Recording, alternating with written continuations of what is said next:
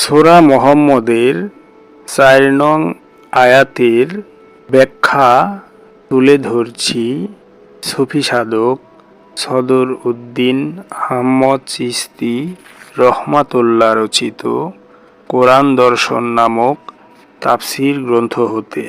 সুফি সাহেব সূরা মুহাম্মদের ৪ নং আয়াতের ব্যাখ্যায় বলিয়াছেন, মুমিন এবং মুসল্লি ব্যতীত প্রত্যেক মানুষই কম বেশি কাফের, কারণ তাহার মধ্যে অবস্থিত মহাসত্য তাহা দ্বারাই আবৃত হইয়া রহিয়াছে। যদি এবং যখন কাফেরদের সঙ্গে মোকাবেলা করিতেই হয়, তবে আজীবন তাহাদের গর্দানে আঘাত দিবার নির্দেশ দিতেছেন, যতক্ষণ তাহারা পরাজয় স্বীকার না করে। কাফেরের গর্দানে আঘাত অর্থ অসত্যের মূলে আঘাত হানা। গর্দান মাথাকে ধারণ করিয়া আছে, মিথ্যার আসন মাথা। গর্দানে আঘাত পড়িলে মাথা সত্যের নিকট নত হইয়া পড়িবে, মিথ্যার ভিত্তি ভাঙিয়া পড়িবে এবং মুমিনগণের প্রণীত সত্যের নিকট আত্মসমর্পণ করিবে। আঘাত দেওয়ার এই নির্দেশ মুমিনগণকে দেওয়া হইয়াছে। মুমিন ব্যতীত অন্য কাহারও তাবলীগ করা অথবা সশস্ত্র সংঘর্ষ করা কোরআন মতে একেবারেই নিষিদ্ধ। মুমিন ব্যক্তির নির্দেশ ব্যতীত তাহা করিলে তবলীগ না হইয়া উহা হইবে সীমালঙ্ঘন এবং জেহাদ না হইয়া উহা হইবে যুদ্ধ। যুদ্ধ ইসলামে হারাম, জেহাদ অবশ্য করণীয়, না করিলে কাফের বলিয়া গণ্য করা হয়।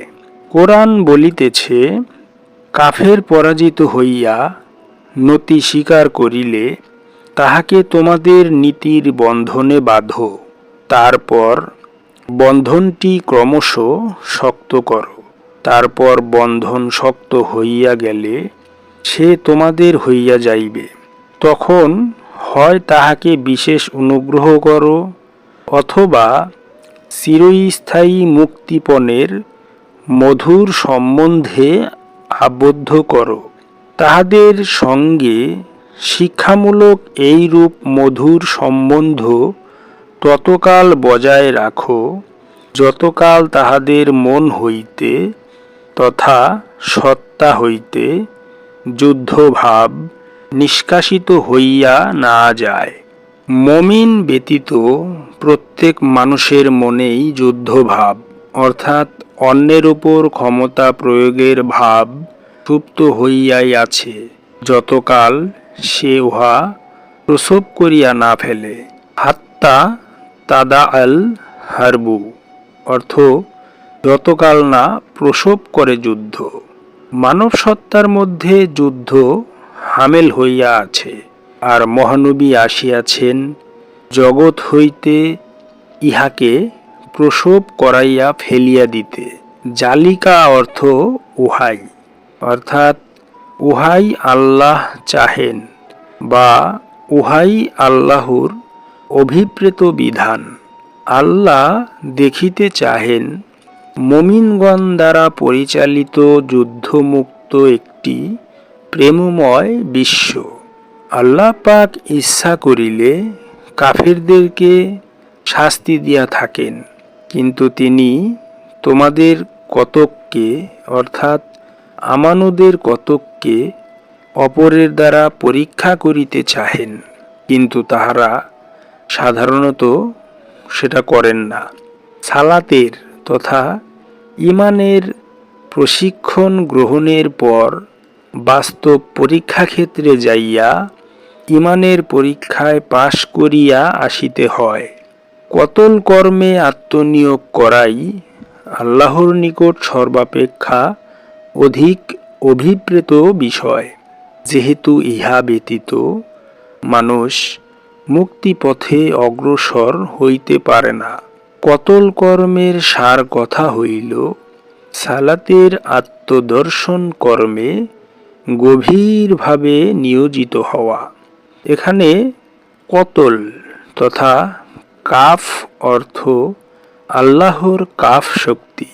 ইহাতে রহিয়াছে আল্লাহর 6টি শক্তিশালী নামের তথা গুণের সমষ্টিগত শক্তি। এই শক্তি সালাতের সাহায্যে অর্জন করিতে হয় জাকাত নামক লা কর্মের বিস্তার সাধন করিয়া, অর্থাৎ সপ্ত ইন্দ্রিয়ের প্রত্যেকটি বিষয়কে এখানে নফি করিতে বলা হয়, অর্থাৎ জাকাত করিতে হয়। ইহাই সকল আত্মিক শক্তির মূল উৎস। কতল কর্ম দ্বারা সকল বিভ্রান্তি বিদূরিত হইয়া যায়। কতল তিনিই করেন, অর্থাৎ যিনি তাহার সকল কর্মের উপর লা এর বিস্তার সাধন করিয়া কর্ম করেন। আল্লাহ কখনো তাহার কর্মসমূহ বিপদগামী করেন না। এখানে তে অক্ষর দ্বারা বিস্তার বোঝায়। লা এর বিস্তার সাধন করিলে আল্লাহর কাফ গুণে গুণান্বিত হওয়া যায়। একই অর্থে কাফ অক্ষরটিকে আল কোরআনে একটি ইঙ্গিতপূর্ণ বিরতি চিহ্নরূপেও গ্রহণ করা হইয়াছে। মহাগ্রন্থ কোরআনের সূরা মুহাম্মদের 4 নং আয়াতের বাংলা অনুবাদে সুফি সদরুদ্দীন আহমদ চিশতি বলিয়াছেন, সুতরাং যখন তোমরা কাফেরদের সঙ্গে মিলিত হও অথবা সাক্ষাৎ করো, তখন তাহাদিগের গর্দানে আঘাত করো। তাহাদিগকে তোমরা পরাজিত করা পর্যন্ত আজীবন আঘাত করো। তারপর বন্ধনটি শক্ত করো। ইহার পর হয় বিশেষ অনুগ্রহ, নয়তো চিরস্থায়ী মুক্তিপণ, যতকাল না যুদ্ধত্যাগ করে অথবা যুদ্ধের তর্জন গর্জন। আর ইহাই বিধান। এবং যদি আল্লাহ ইচ্ছা করেন তবে অবশ্য তাহাদিগ হইতে পাল্টা ব্যবস্থা গ্রহণ করেন। কিন্তু তিনি চাহেন তোমাদের কতককে অপরের দ্বারা পরীক্ষা করিতে, এবং যাহারা আল্লাহর পথে কতল করে তিনি কখনও তাহাদিগের কর্মসমূহ বিপদগামী করেন না।